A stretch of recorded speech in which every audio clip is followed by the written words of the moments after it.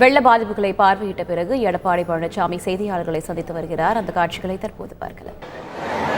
புயல் அதனால் கனமழை பெய்தது விரைவாக செயல்பட்டு மக்களுக்கு எந்த இடையூறும் இல்லை என்ற செய்தியை டெல்லியிலிருந்து வெளியிட்டிருக்கிறார். இது வேடிக்கையாக இருக்கின்றது. இந்த ஊடகத்திலும் பத்திரிகையிலும் மக்கள் எந்த அளவுக்கு இந்த அரசை விமர்சனம் செய்தார் என்று அவர் பார்க்கவில்லை போல் இருக்கின்றது. ஊடக நண்பருக்கும் பத்திரிகை நண்பருக்கும் நன்றாக தெரியும். கடந்த 3/12/2023 அன்று மாலையிலிருந்து அடுத்த நாள் 12 மணி வரை, அதாவது 4/12/2023 மதியம் வரை தொடர்ந்து கனமழை சென்னை சுற்றியுள்ள புறநகர் மாவட்டம், திருவள்ளூர் மாவட்டம், காஞ்சிபுரம் மாவட்டம், செங்கல்பட்டு மாவட்டங்களில் தொடர் கனமழை பொழிந்தது. இதனால் ஆங்காங்கே சாலைகளில் தண்ணீர் தேங்கி குடியிருப்பு பகுதியில் தண்ணீர் புகுந்து வீட்டிலிருந்து மக்கள் வெளியேற முடியாத ஒரு சூழ்நிலை ஏற்பட்டு மக்கள் கடுமையாக பாதிக்கப்பட்டார்கள். அதையெல்லாம் இந்த முதலமைச்சருக்கு கண்ணுக்கு தெரியவில்லை. ஏதோ மத்திய குழு வந்ததாம், பார்வையிட்டதாம், பாராட்டி விட்டு சென்றதாம். அங்க இருக்கின்ற மக்களை போய் கேட்டால்தான் என்ன பாராட்டு இந்த அரசுக்கு கிடைக்கும் என்பது இந்த அரசுக்கு தெரியும், இந்த முதலமைச்சருக்கு தெரியும். அதோடு தூத்துக்குடியில் அங்க பகில் ஓடை ஒரு பகுதி இருக்குது. அதுல கனமழை பொழிகின்ற பொழுது அங்கு இருக்கின்ற நீர்களெல்லாம் அந்த ஓடை வழியாக வெளியேறுவதுதான் இருந்து கொண்டிருந்தது. இதை கருத்தில் கொண்டுதான் அனைத்து இந்திய அண்ணா திராவிட முன்னேற்ற கழக அரசு இருக்கின்ற பொழுது ஸ்மார்ட் சிட்டி திட்டத்தின் மூலமாக அதற்கு நிதி ஒதுக்கீடு செய்து அந்த பகிம் ஓடையை அந்த நீர் வடியக்கூடிய ஒரு சூழ்நிலை உருவாக்குவதற்காக அந்த பணிகள்லாம் துவங்கப்பட்டு சுமார் 85% அதிமுக ஆட்சியிலே நிறைவு பெற்றுவிட்டன. எஞ்சிய பணி 15% தான் இருந்தது. இந்த விடியா திமுக அரசு பொறுப்பேற்று 2.5 ஆண்டு காலத்தில் அந்த 15% பணி கூட நிறைவேற்றவில்லை. இதனால அந்த ஓடையில் வழியாக வெளியேறுகின்ற நீர் தடைபட்டு அந்த குடியிருப்பு பகுதி முழுவதும் வெள்ள நீர் சூழ்ந்து மக்கள் வீட்டிலிருந்து வெளியேற முடியாத ஒரு சூழ்நிலையை நான் இன்றைய தினம் காலையிலே சென்று பார்த்தேன். ஊடகம் பத்திரிகைகளும் அதை படமாக பிடித்திருக்கின்றார்கள். இப்படிப்பட்ட சூழ்நிலை தான் இன்றைக்கு தூத்துக்குடியில் நிலவிக் கொண்டிருக்கின்றது.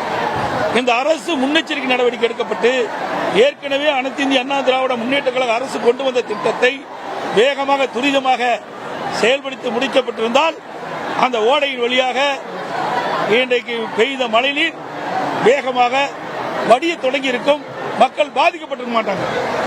ஆனால் இந்த விடியா திமுக ஆட்சியில் இப்படிப்பட்ட பணிகள் எல்லாம் முடங்கி கிடைக்கின்றது, வேதனை அளிக்கின்றது. அதே போல அரசு பொது மருத்துவமனையில் இன்றைக்கு மழைநீர் தேங்கி அங்கே நோயாளிகள் அவதிப்படுகின்ற காட்சி பார்த்தோம். அதற்கு இந்த அரசு உரிய நடவடிக்கை எடுக்கப்பட வேண்டும். இன்றைக்கு மழை வெள்ளத்தால் திருநெல்வேலி, தூத்துக்குடி, கன்னியாகுமரி, தென்காசி மாவட்டங்களில் தாழ்வான பகுதியில் நிறுத்தப்பட்டிருந்த வாகனங்கள் எல்லாம் கனமழையில் வெள்ளத்தால் முழுகி சேதமடைந்திருக்கின்றன. ஆகவே அந்த வாகனங்களை பழுது பார்க்க அங்கங்கே அந்த நிறுவனத்தோடு தொடர்பு கொண்டு முகாம்கள் அமைத்து அந்த இருசக்கர வாகனங்கள் பாதிக்கப்பட்ட இருக்கின்றவர்களுக்கு அதை ரிப்பேர் செய்து கொடுக்கப்பட வேண்டும், பழுது பார்த்து கொடுக்க வேண்டும். அதே போல 4 சக்கர கார்கள் இன்னைக்கு நான் தூத்துக்குடியில் பார்க்கின்ற பொழுது பகில் ஓடை அருகிலே அந்த வீட்டுக்கு முன்பாக நிறுத்தப்பட்ட காரெல்லாம் நீரிலே முழுவதும் முழுகிவிட்டது. அதெல்லாம் சாதாரண மக்கள் அந்த காரை பயன்படுத்திக் கொண்டிருக்கின்றார்கள். அப்படிப்பட்ட மக்கள் எல்லாம் இன்றைக்கு கடுமையாக பாதிக்கப்பட்டிருக்கிறார்கள். ஆகவே அந்த கார்களையும் அந்தந்த நிறுவனத்தோடு தொடர்பு கொண்டு பழுது நீக்கி கொடுக்க வேண்டும் என்று இந்த அரசை வலியுறுத்துகின்றேன். அதே போல இன்றைக்கு விவசாயிகள் இந்த கனமழையால் அதிகமாக பாதிக்கப்பட்டிருக்கின்றார்கள். விவசாயிகள் பயிரிட்ட இந்த நெற்பயிர்கள் எல்லாம் கனமழையால் தண்ணீரால் முழுகி அந்த பயிரெல்லாம் சேதமடைந்து விட்டது. அந்த சேதமடைந்த அந்த பகுதியெல்லாம் இன்றைக்கு அரசு அதிகாரிகளை கொண்டு வேளாண்மைத்துறை அதிகாரிகள், வருவாய்த்துறை அதிகாரிகள் அவர்கள் மூலமாக ஆய்வு செய்து உரிய இழப்பீடு அந்த விவசாயிகளுக்கு வழங்கப்பட வேண்டும். அதை நம்பித்தான் அவர்கள் வாழ்ந்து கொண்டிருக்கிறார்கள். ஆகவே இந்த அரசு மெத்தன போக்கை விட்டுவிட்டு வேகமாக துரிதமாக செயல்பட்டு இன்றைக்கு பாதிக்கப்பட்ட விவசாயிகளுக்கு ஒரு ஏக்கருக்கு 25,000 ரூபாய் தர வேண்டும் என்று இந்த அரசை வலியுறுத்துகிறேன். அதே போல இந்த திருநெல்வேலியில தாமிரபரணி ஆற்றிலே அதிக வெள்ளம் வந்த காரணத்தினால் அதிக மழைப்பொழிவு திருநெல்வேலியில் ஏற்பட்டதால் 8 பேர் உயிரிழந்ததாக தெரிகிறது. அந்த 8 பேர் குடும்பத்திற்கும் வாழ்வாதாரத்தை முன்னிட்டு ஒவ்வொருவருக்கும் 10 லட்சம் ரூபாய் இழப்பீட்டை இந்த அரசு தர வேண்டும் என்று வலியுறுத்துகிறேன். அதே போல சாலை தகவல் தொழில்நுட்பம் எல்லாம் துண்டிக்கப்பட்டுகின்றது. மக்களுடைய பிரச்சனையை எங்கு சென்றாலும் தகவல் கிடைக்கவில்லை. சாலைகள் துண்டிக்கப்பட்டுகின்றது. சீர் செய்ய வேண்டும் என்று கோரிக்கை வைக்கின்றார்கள். ஆகவே இந்த அரசு உடனடியாக சாலையை சீர் செய்ய வேண்டும், தகவல் தொழில் தொடர்பை உடனடியாக சீர் செய்ய வேண்டும் என்று நேரத்தில் கேட்டுக்கொள்கின்றேன். அதே போல ரயில்ல ஸ்ரீவைகுண்டம் பகுதியில் ரயிலில் சென்று கொண்டிருக்கும் பொழுது கனமழையால் அங்கங்கே நிறுத்தப்பட்டு விட்டார்கள். சுமார் ரயிலில் 1000 பேர் பயணம் செய்திருக்கின்றார்கள். அவர்களுக்கு தேவையான உணவு அங்கிருந்து அவர் செல்லுகின்ற பகுதிக்கு வாகன வசதி செய்து கொடுக்க வேண்டும் என்று இந்த அரசை வலியுறுத்துகின்றேன். அது மட்டும் இல்லாமல் நான் தூத்துக்குடிக்கு போனேன், அங்கே வெள்ள பாதிப்பெல்லாம் பார்த்தேன், மக்களையும் பார்த்தேன். திருநெல்வேலிக்கு வந்தோம், அங்கே வெள்ள பாதிப்பெல்லாம் பார்த்தோம். அங்கு இருக்கின்ற மக்கள் சொல்வது கிட்டத்தட்ட 3 நாட்களாக எங்களுக்கு உணவு கிடைக்கவில்லை, தண்ணீர் கிடைக்கவில்லை, குழந்தைகளுக்கு பால் கிடைக்கவில்லை, மருத்துவ சிகிச்சை கிடைக்கவில்லை என்று இந்த ஊடகத்தின் முன்னே அவர்கள் தெரிவித்தார்கள். ஆகவே இனியாவது இந்த அரசு தூங்கிக் கொண்டு இருக்காம விழிப்போடு வேகமாக துரிதமாக மக்களுடைய பிரச்சனை இது அரசியலாக்க நாங்கள் விரும்பல. மக்கள் உணவு இல்லாம 3 நாள் இன்னைக்கு பரிதவித்துக் கொண்டிருக்கின்ற காட்சி வெட்கக்கேடானது. இன்றைக்கு தொலைக்காட்சியில பார்க்கிறோம், ஊடகத்தில் பார்க்கிறோம், பத்திரிகையில பார்க்கிறோம். இன்றைக்கு தலைமை செயலாளர் சீஃப் செக்ரட்டரி சொல்றாரு 600 போட் விட்டுட்டுன்னு சொல்றாரு. ஒரு போட் கூட அங்க வரல. அங்க இருக்கிற மக்கள் எல்லாம் தண்ணியில தத்தளிச்சிட்டு இருக்காங்க வீட்டில். அங்கிருந்து வெளியில் வர முடியல. இந்த காட்சி தான் பார்க்கிறோம். ஊடகத்திலையும் பார்த்துட்டு தான் வந்தாங்க, நேரடியாக பார்த்தாங்க பத்திரிகையெல்லாம். அதே போல அங்க இருக்கின்ற மக்கள் எங்களிடத்திலே தெரிவித்தது 3 நாட்கள் ஆவது சாப்பிட்டு இன்னும் உணவு கிடைக்கவில்லை, எந்த அதிகாரியும் வந்து பார்க்கவில்லை, எந்த அமைச்சரும் பார்க்கவில்லை என்று சொல்கிறார். ஆனா ஊடகத்தில் எல்லா அமைச்சரும் அழகா பேட்டி கொடுக்குறாங்க. நாங்க போய் மக்களை பார்த்தோம், மக்களுக்கு தேவையான முதற்கட்ட பணிகள்லாம் செஞ்சோம், உணவு கொடுத்தோம், தண்ணி கொடுத்தோம், மருத்துவ செய்தோம், அங்கே முகாமிலே தங்க வச்சோம் என்று பச்சை பொய்யை பேசுகின்றது வன்மையாக கண்டிக்கத்தக்கது. இது போர்க்கால அடிப்படையில் வேகமாக துரிதமாக மக்களுடைய பிரச்சனையை கவனத்தில் எடுத்துக்கொண்டு உணவை இனியாவது மக்களுக்கு கொடுத்து உதவ வேண்டும் இந்த அரசு. அதோட குழந்தைகளுக்கு தேவையான பால் பாக்கெட் கொடுக்க வேணும், பால் பவுடராவது கொடுக்க வேணும், குடிதண்ணீர் கொடுக்க வேண்டும். ஏன்னா மழை வெள்ளம் வந்த பிறகு குடிதண்ணீர் ஒரு கஷ்டத்தை வந்து குடிதண்ணீர் பிரச்சனை ஏற்கனவே சென்னையிலே ஏற்பட்டது. அதையாவது இவர்கள் பார்த்திருக்க வேண்டும். அதை விட்டுவிட்டு இன்றைய முதலமைச்சர் என்ன சொல்கிறார்? இந்திய வானிலை ஆய்வு மையம் சரியாக எங்களுக்கு சொல்லவில்லை என்கிறார். அவரெல்லாம் சரியா தான் சொன்னாங்க. உங்களுடைய அரசு செயலற்று இருக்கின்றது. அதனால மக்களுக்கு முன்னெச்சரிக்கை நடவடிக்கை எடுக்காத காரணத்தினால மக்கள் துன்பத்தில் வேதனையில தத்தளித்துக் கொண்டிருக்கிற காட்சி பார்க்கிறோம். அவள் ஏற்கனவே உஜ்ஜாம் புயல் வருகின்ற பொழுது 1 வாரத்துக்கு முன்பே வானிலை ஆய்வு மையம் தெளிவுபடுத்தி விட்டது. 1 வாரத்துக்கு முன்பாகவே கனமழை பொழியும் என்று சொல்லிட்டாங்க. அப்போ நடவடிக்கை எடுக்கல. அதனால மக்கள் கடுமையாக பாய்ச்சாங்க. அதுக்கு பிறகாவது இந்த தென் மாவட்டத்தில் 4 மாவட்டத்திலையும் கனமழை பொழியும், அதிக கனமழை பொழியும் என்று சொன்னாங்க. அதிக கனமழைனா 21 சென்டிமீட்டருக்கு மேல பெய்யும் சொன்னாங்க. அப்ப இந்த அரசு 14ஆம் தேதியே இந்திய வானிலை ஆய்வு மையம் சொல்லிட்டாங்க. உடனடியாக வேகமாக துரிதமாக செயல்பட்டிருந்தா இந்த உணவு பிரச்சனை வந்திருக்காது, குடி பிரச்சனை வந்திருக்காது, இந்த பால் இல்லை என்ற பிரச்சனை வந்திருக்காது. ஆங்காங்கே படைகளை வைத்து எங்கெங்கெல்லாம் தண்ணிகள் அதிகமாக தேங்கியிருக்குதோ அங்கெல்லாம் மக்களை அங்கே அழைத்து வந்து முகாமிலே தங்க வச்சிருக்கலாம். எந்த முன்னெச்சரிக்கையும் எந்த முன்னெச்சரிக்கையும் எடுக்காத ஒரு அரசு இந்த விடியா திமுக அரசு. டெல்லிக்கு போயிருக்காங்க சிஎம், இன்னைக்கு பிரதமரை நைட்டு 10:30 மீட் பண்ணுறாங்க. நாங்கள் தென் மாவட்டங்களுக்கும் சென்னைக்கும் சேர்த்து அதிகப்படியான நிவாரணத்தை கேட்க போகிறோம்னு சொல்கிறாங்க. நீங்கள் ஐஎம்டி சொல்லியும் இதை கணிக்கலைங்கிற ஆடிட்டர் வைக்கிறீங்களா? அதாவது டெல்லிக்கு நிவாரணம் கேட்க போகல, இந்திய கூட்டணியில அந்த கூட்டத்தில் கலந்து கொள்வதற்கு தான் அவர் போனார். மக்களுடைய பிரச்சனை தீர்க்கிறதுக்காக போகல, மக்களுடைய குறைகளை பாரத பிரதமர் தெரிவிக்க போல. அவருடைய நோக்கம் இந்திய கூட்டணி வருகின்ற நாடாளுமன்ற தேர்தலில் இந்திய கூட்டணியில எப்படி செயல்படலாம் அப்படிங்கிற கூட்டத்தில் கலந்து கொள்வதுதான் டெல்லி சென்றார்.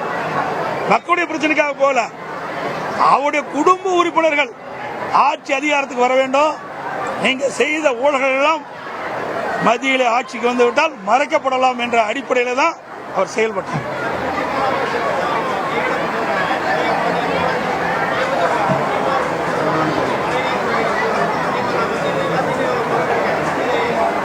நாட்டை பற்றியே கவலைப்படாத ஒரு முதலமைச்சர் இந்த முதலமைச்சர் தான்.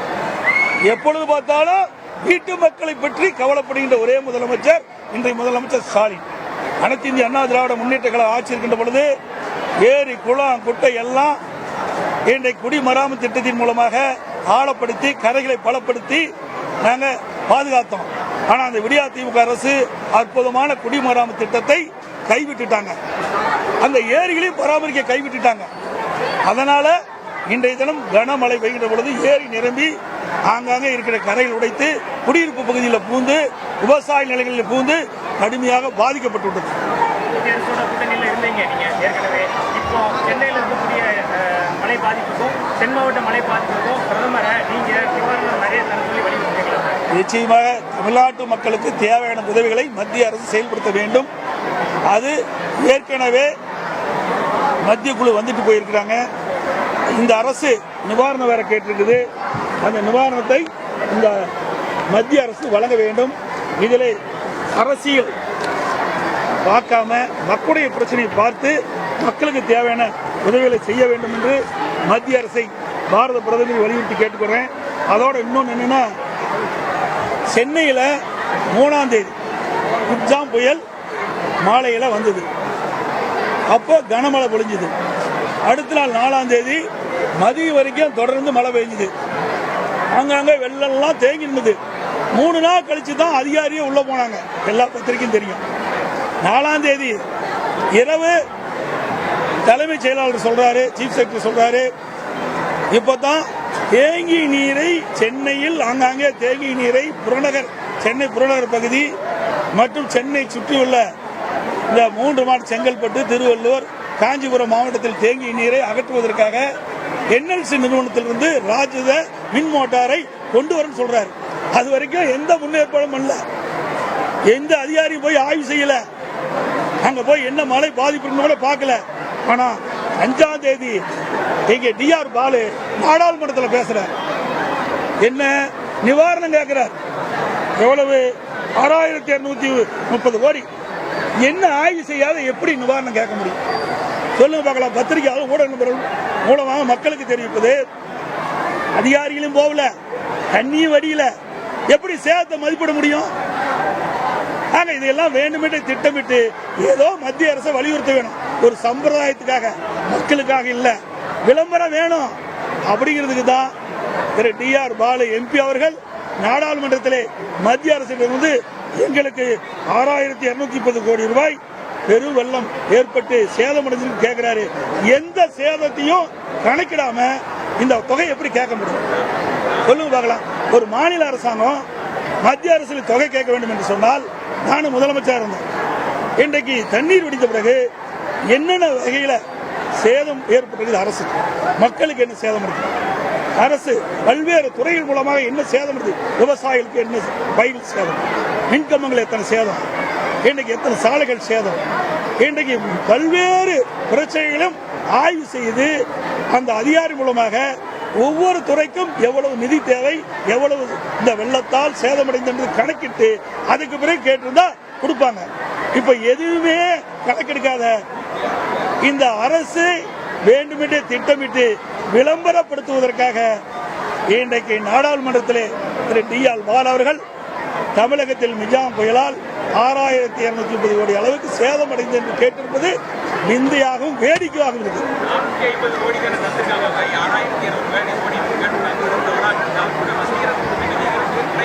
ரைட்டுங்க, நீங்க ஒரு முதற்கட்டமாக கொடுக்குறாங்க. நீங்க ஆய்வே செய்யலையே.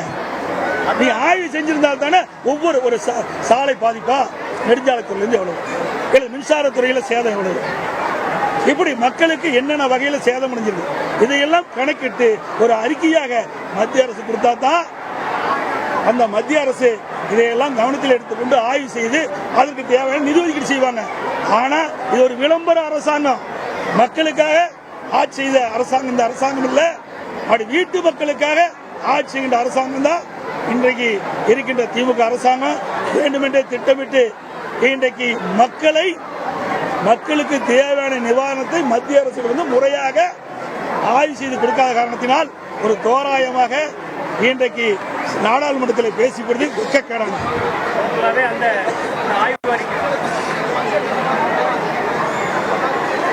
அதாங்க நான் ஏற்கனவே சொன்னேன், மக்களை தூத்துக்குடியில் போய் பார்த்தோம், இங்கே திருநெல்வேலியில் வந்து பார்த்தோம், இங்கே பல ஊடக நண்பர்கள்லாம் வந்தீங்க, பத்திரிகை நண்பர்கள் வந்தாங்க.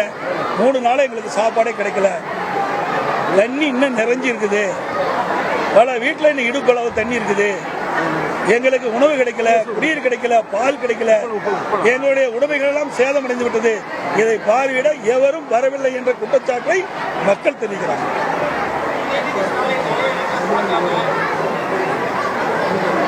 அதே போல இன்னைக்கு தூத்துக்குடி பகுதியெல்லாம் பார்த்தீங்கன்னா கனமழை பொழிஞ்சிருக்குது. தூத்துக்குடி கடற்கரை ஓரமாக இருக்கிற உப்பளங்கள் எல்லாம் கடுமையாக சேதமடைஞ்சிருக்குது. ஆகவே அந்த உப்பளங்களையும் இந்த அரசு அது சம்பந்தப்பட்ட அதிகாரி அனுப்பி கணக்கிட்டு அது பாதிக்கப்பட்ட அந்த உப்பள சேர்ந்த தொழில் செய்கின்றவர்களுக்கு உரிய நிவாரணத்தை வழங்க வேண்டும். வெள்ள பாதிப்புகளை பார்வையிட்ட பிறகு அதிமுக பொதுச் செயலாளர் எடப்பாடி பழனிசாமி செய்தியாளர்களை சந்தித்து பேசினார். அந்த காட்சிகளை தற்போது பார்த்தோம். செய்திகளை உடனுக்குடன் தெரிந்து கொள்ள உடனே சப்ஸ்கிரைப் பண்ணுங்க.